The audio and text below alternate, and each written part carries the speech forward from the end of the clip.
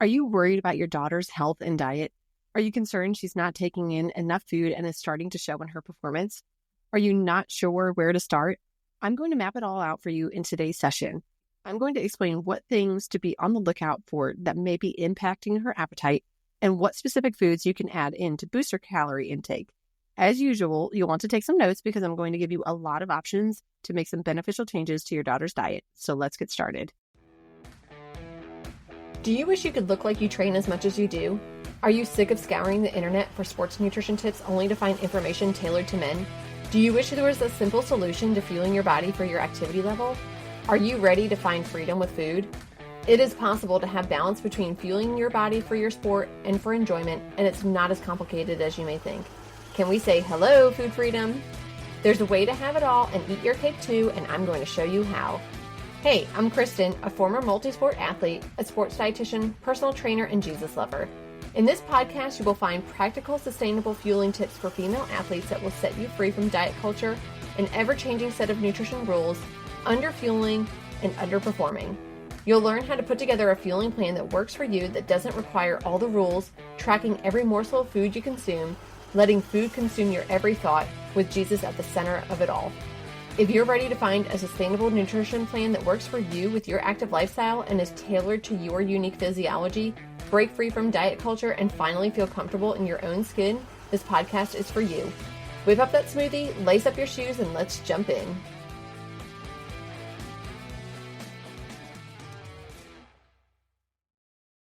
Hey everybody, today we are talking all about how to get your teen athlete to eat more. And this is a common concern that I get from a lot of parents. They call me and they're like, how in the world do I get my teen to eat more food? How do I get them to gain muscle? How do I get them to gain weight? I'm concerned that they're not eating enough. What do I do? So we're going to talk about that today. And first things first is we want to figure out if your teen is actually under eating. I know that sounds really just obvious, but if they are not actually under eating, there's no cause for concern. We want to understand that it takes time for a teen to gain weight. They are growing. They are using a lot of calories throughout the day. And so they are going to be not growing super fast. I mean, it takes years for someone to grow and to build muscle. And when you have a specifically a female teen athlete, when they're in their younger years, and also males, they're not going to be gaining a lot of muscle in those younger years. So we just want to make sure that we kind of understand that and get that out of the way. So what I would recommend to know, or what to do to know if they are actually under eating, is to track their food for probably a week. So you could get a full spectrum of days during the week as well as weekend days. Track what they're eating. It doesn't even have to be consistent days. It could just be, some days here and there. And then write it down on a piece of paper and then use a program like Chronometer. So chronometer.com. And you can actually just log their food in there. It's kind of like MyFitnessPal, but it'll also show you grams of carbs, proteins, fats, vitamins, minerals, fiber, the whole 9 yards. It'll give you a much clearer picture than MyFitnessPal will. So you can log the food in there to see the total amount of calories that they're eating. So for a female athlete that is doing a moderate amount of exercise, they should be eating about 2,200 to 2,400 calories a day. And if they're doing like high intensity work most days of the week, then they should be eating 2,400 upwards of 3,000 calories a day. So if they fall within that range, then their intake is probably fine. If you notice that they are taking in less than that amount, like 1,200 calories a day, well, now you have a problem on your hands. So let's talk. So we want to first address if there are any issues that would be causing them to not eat that much, maybe a loss of appetite. So if they are deficient in vitamin B12, vitamin D, or zinc, these can all contribute to decreased appetite. And zinc can actually cause your taste buds to change. And so things can start to taste metallic to them or sour. So you want to make sure that they are not deficient in those. And one of the things that you can do if you use that Chronometer program is you can actually see what their intake is of those vitamins and minerals. So if you're noticing over the course of that week that they're not taking in very much vitamin D or very much zinc, then you'll know, okay, that might be a problem for them. Next up is, are they struggling with anything like depression, anxiety, disordered eating? If you notice that they are pushing food around on their plate, or they are just preoccupied with the calories that are in their food, or they're avoiding certain foods like carbohydrates or fats, well, those might be grounds for some disordered eating or some body dysmorphia, and we want to get those addressed. So what you would want to do in that case is make sure that they are seeing a therapist, get them in with their pediatrician, and then, of course, get them in with a dietitian like myself. Are they dealing with digestive disorders? Are they complaining but their stomach hurting all the time? Do they feel nauseous all the time? Maybe their head hurts, things like that. Those are all signs that something's wrong with their gut, and that needs to be addressed. And that could be as simple as just putting a probiotic in their diet. It might be more challenging than that, but that is definitely something that we want to address rather than just giving them more food, because that could make symptoms worse. Also, rule out any medical conditions. Do they have anything like a thyroid disorder or any other endocrine disorders? If a child has a type 1 diabetes, which can develop at any point during their life, they will stop eating as much. Their appetite can actually decrease, but their thirst would increase. So things along those lines, we just want to be very aware of those things. Also, are they taking any medications like Adderall? Would definitely decrease their appetite and make them eat less. And also, while you're keeping track of their food intake, if you notice that they are having any stomach issues, that could be a sign of a food sensitivity or an allergy, or maybe they're having skin issues. You would just want to jot all that down so we could figure out, is there a problem with food sensitivity or an allergy? Now, if you ruled all those things out and they're just plain old not interested in food, or they need to gain weight, or they need to build some muscle, let's talk about what you do about those things. So first and foremost is to educate about nutrition. So you really just want to paint a picture for them and help them to understand why they need certain foods in their diet. Like carbohydrates and fats are the two main things that I see being avoided with teen athletes. You want to make sure that they understand why they actually need those in their diet. If you don't even know how to explain that to them, there is an online course that I offer, which is called the Sustainable Sports Nutrition Academy, where I explain all of this. And you can join that for just $1. So I'm going to link that below for you. And that gives you all the information. You can actually go through that with your teen, and it would help them to understand. Number 2 is involve them in meal planning and cooking. So you may feel like, I don't have time for that. It's just way easier if I just do it myself. And I completely understand that. But this is one of the most important things that I have found for just people in general. I've worked with hundreds of people over the years, and I always know when you have a person or a teen, I will say that struggles with knowing what to eat because they just weren't taught when they were growing up. This is an essential thing that people need to know. I think it's kind of like a lost art where people don't know how to cook. They don't know how to grocery shop. They don't know how to meal plan. And now I'm working with adults that are in their 40s and 50s and trying to teach them these things, these skills that they should have learned when they were a teenager. So you really want to get them involved in the kitchen and take them to the grocery store. And actually, when I was growing up, I used to go to the grocery store with my mom all the time. And that was like my favorite thing. Every week we used to go, and I would help her write out a grocery list, and I would go with her. And that probably sounds awful, but I loved it. And it's really served me well as an adult. So, and also it can make them more excited about eating. If they are there at the grocery store, they can help pick out some foods that they want to eat, and then they are more likely to eat that. Same thing with cooking. If they are involved with cooking and preparing foods, it can actually make them more excited to eat those foods because they help prepare it.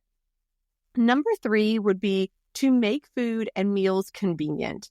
So this would mean buying some easy to prepare snacks, or maybe some things that are already done for you, things that can be grabbed and go, whenever they need something. So that can be as simple as, granola bars or some protein bars, crackers, peanut butter, in those little Jif to go cups, or the Justin's little packets. That could be cut up fruit in the refrigerator. That can be sandwiches that are already made that they can just grab and take with them when they're going somewhere.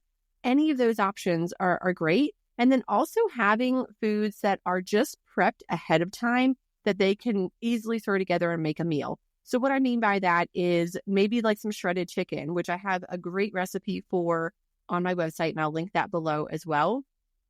So the shredded chicken can be made into so many different things. You can stuff that in a baked potato. You can put that on a pizza. You can make a sandwich out of it. You could put that on a salad or like a rice bowl. So many different options with that. So having some shredded chicken around, or maybe some type of grilled chicken, or maybe canned beans, all of those things where they could just kind of throw something together and make it a meal. I highly recommend getting things that are already done for you so that you don't have to spend hours in the kitchen prepping these things.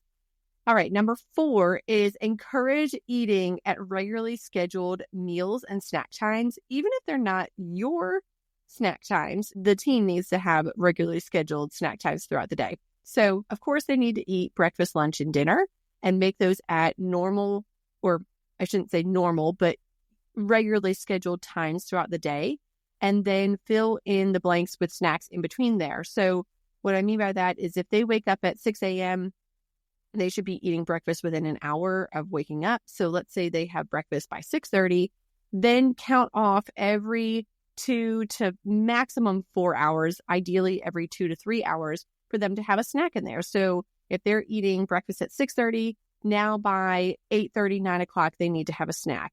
And then let's say their lunch period is at 11:30. Great. Now you can count off every, about 2.5 to 3 hours in there. So maybe we could stretch it a little bit so they have, a pre-workout snack before their practice. So maybe they're going to eat at 2:30 or 3 o'clock, have a pre-workout snack. They have practice. As soon as they're done practice, they have a post-workout shake or smoothie, and then they go home and eat dinner. You get the idea. So you want to have, times that they are able to stick to throughout the day. And I would just sit down with them and plan those things out so that they know.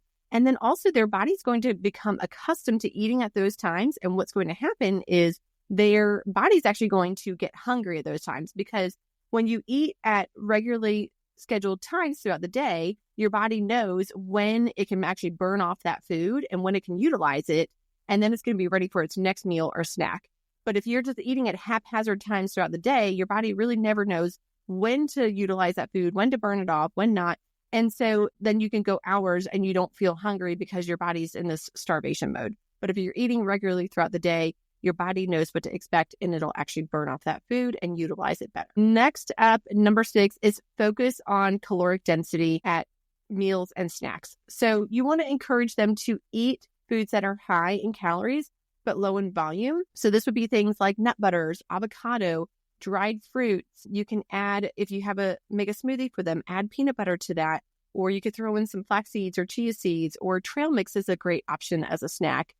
You can also just spread some avocado on their sandwich at lunch. Instead of having a whole apple or a banana as their snack in the afternoon, give them some dried fruit.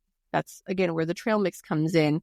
So those types of things are going to have more calories to them. And also incorporate, instead of doing like skim milk or 1% milk, you can do whole milk instead of the low-fat option. Same thing with yogurt. Do whole milk yogurt instead of the fat-free or, low-fat yogurt. Also with drinks, incorporate drinks with calories in them. So this would be a time where you want to have them drink fruit juice, or they can also do those naked drinks that are like fruit and vegetable drinks. That's fine. Instead of drinking water at dinner, they can have milk. Those types of things. Those are going to just build up calories over time. And it's just going to be another fluid. It's not going to be something that's completely different that they're adding in. So, but like I said, it'll build up calories over time, and that's going to help with weight gain or muscle gain, or just getting in more calories overall because they are not eating enough. Next up, they could do smoothies. They can do shakes. Like I said, you could add in some peanut butter, some almond butter to that. You can also add in some oats as well. That will actually give it some more calories, some protein, and some fiber. You could add a scoop of protein powder to that. Can't tolerate a whey protein, you could always do like a pea protein or brown rice protein. Add healthy fats to their meals. So when you are cooking, let's say chicken or some type of meat, cook it in some olive oil or cook it in some butter, and that's going to add calories without even like nobody's going to know. There's just no way for that to even be an extra thing on their plate. Make sure that you are incorporating protein-rich foods. So they are eating things like eggs in the morning for breakfast. They're having some beans if they're vegetarian or vegan, or they just like beans, chicken, fish, steak, pork, all those types of things. Venison, if you eat that. Make sure that they are eating carbohydrates throughout the day. And I would suggest not stocking up on high fiber carbohydrates because that's going to take up a lot of room in their stomach. That doesn't mean that you need to avoid brown rice and whole wheat bread at all costs. But what I do mean is don't push the fiber because fiber is going to bulk up in their system. It takes longer to digest. And so it's going to make them feel fuller longer. So if you stick with more white rice and white potatoes, white bread, that type of thing, they will still get the fiber over the course of the day because they're eating enough, but it will take up less room in their stomach. And lastly, you want to make sure that they are incorporating pre and post-workout snacks. So this is a great opportunity to get in calories, and they definitely need it to give them the energy during their training session, but then also to recover well after their training session. So if you feel like you need help with this, head on over to my website. I'll link it below, but check out the Sustainable Sports Nutrition Academy. This teaches you everything from A to Z in terms of sports nutrition. What is a carbohydrate? What's a protein? What's a fat? To how do I put it all together for my team? And then how do I prepare meals? What do I keep on hand for them? So on and so forth. How do they eat when they're on the go? All the things. And they can learn at the same time. You could both do it together and you could try it out for just $1. Like I said, I will link that below for you. Hey friend, if this podcast inspired you, encouraged you, or changed you, I would love for you to leave me a review and share it with a girlfriend who will find it helpful or inspiring. That is the best way you can thank me and help me share my knowledge so I can help more people just like you. I'm so thankful that you spent this time with me today, and I'd love to connect with you. Join my Facebook group, Female Sports Nutrition, or send me a DM on Instagram, or hop on over to my website, EliteNutritionPerformance.com. I'll see you back here next week.